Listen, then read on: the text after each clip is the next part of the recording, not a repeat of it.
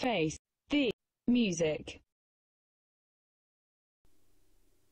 Hey everyone, this is James, the Face and Face the Music. I've been recording videos for about a month now, and I decided today I wanted to take some time to record a different kind of video. The content of this video won't be a surprise to everyone, but I decided to let the rest of you in on it. Hopefully, if any of you out there are struggling the way I've been, it'll help you realize you're not alone and give you a little boost. 2 years ago, I was almost 400 pounds. Technically, I might have been a shade over 400. The first time I got on the scale, it aired out. The first time successfully read, several weeks later, it read at 398.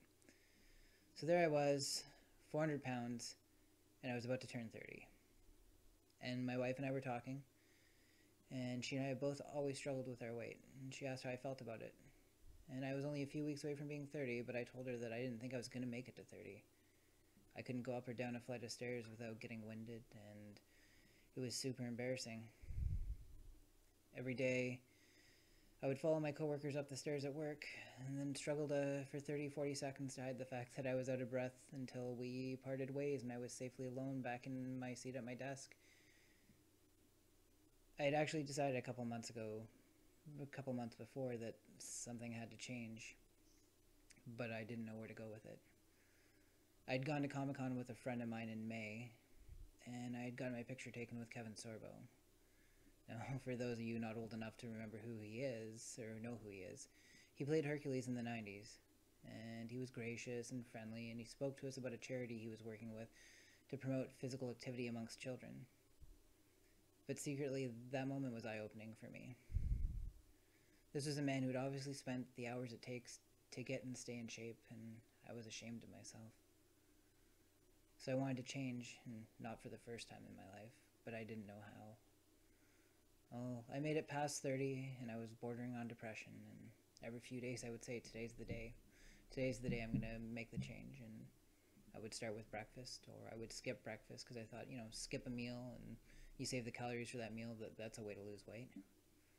And I'd make it to lunch, and then I would eat a burger and fries for lunch, and I'd swear, next time I'm going to get it done.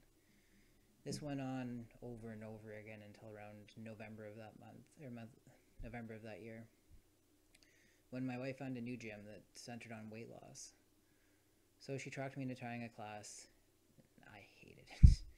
Absolutely hated it. It's funny, actually, the first experience I had with the gym, she talked me into going to the Christmas party at Downsize Fitness, and we pulled in, and I went to get out of the car, and I fell on the ice in the parking lot and put myself out cold for a few seconds. I remember lying on the ground, waking up. My wife had already made her way around the car, and didn't remember her doing it.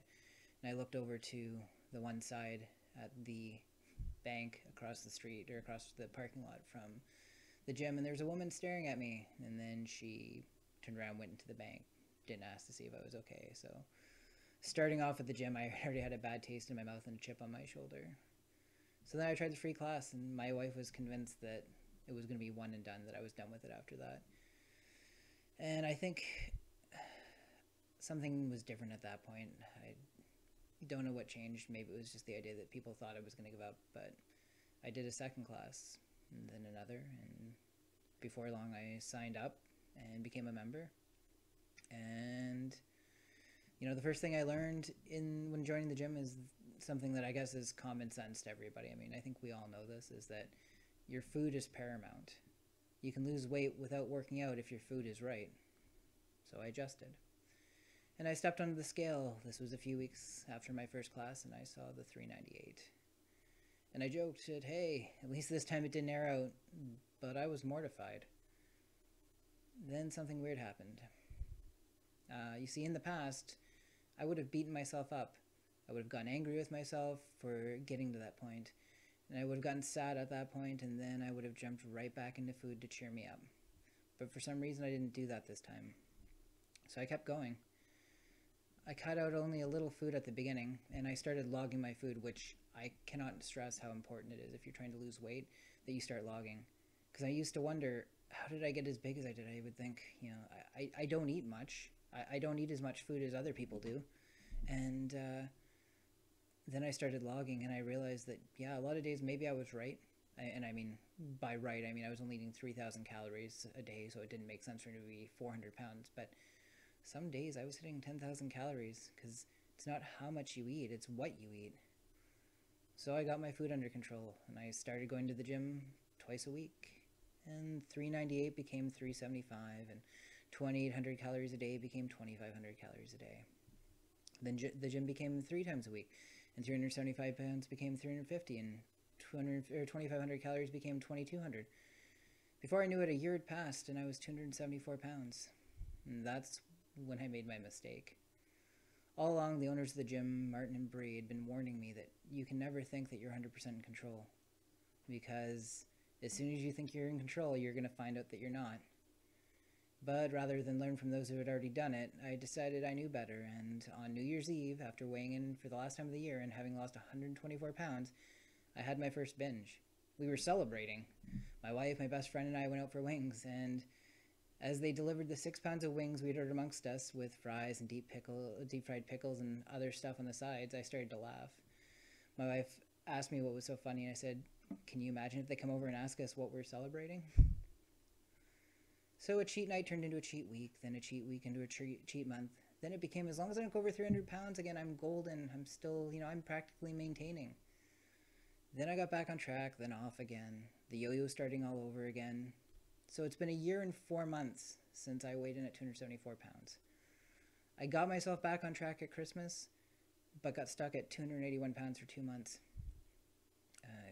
I tried adjusting my food, exercise, less exercise, more food, less food, different types of food. It was just a plateau I had to work my way through.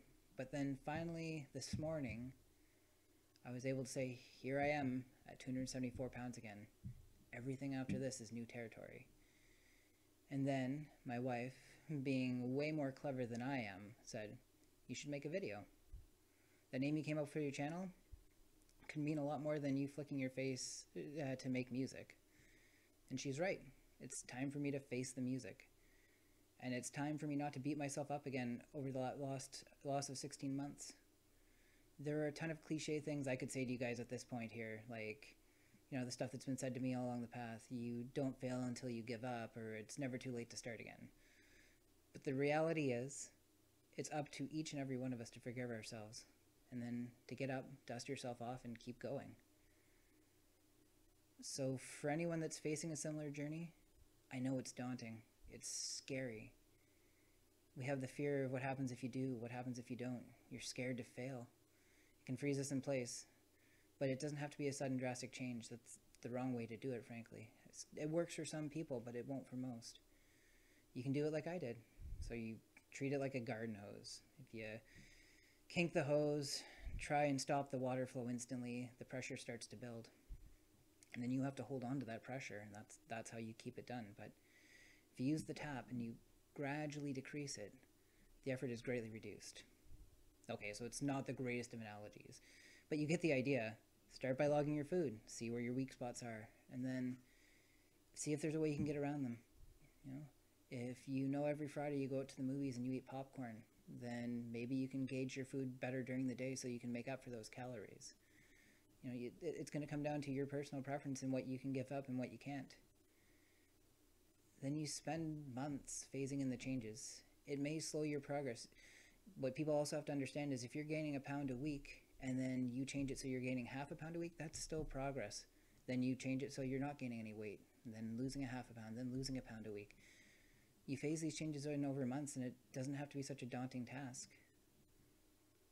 So hopefully you guys can learn from some of my mistakes and avoid the pitfalls that I've hit. And for those of you who are already on the journey and already working it all off, I have nothing but respect for you. And to quote Red Green, remember, I'm pulling for you. We're all in this together. I'd love to hear some stories from you guys in the comment section. If you have any questions, I'll do my best to answer them. If you like these videos, feel free to click the thumbs up. You can subscribe for future videos, and I'd be glad to keep you guys up to date on my progress if anyone's interested. For those still listening, thanks for sticking around till the end. I'll see you all next time. Bye for now.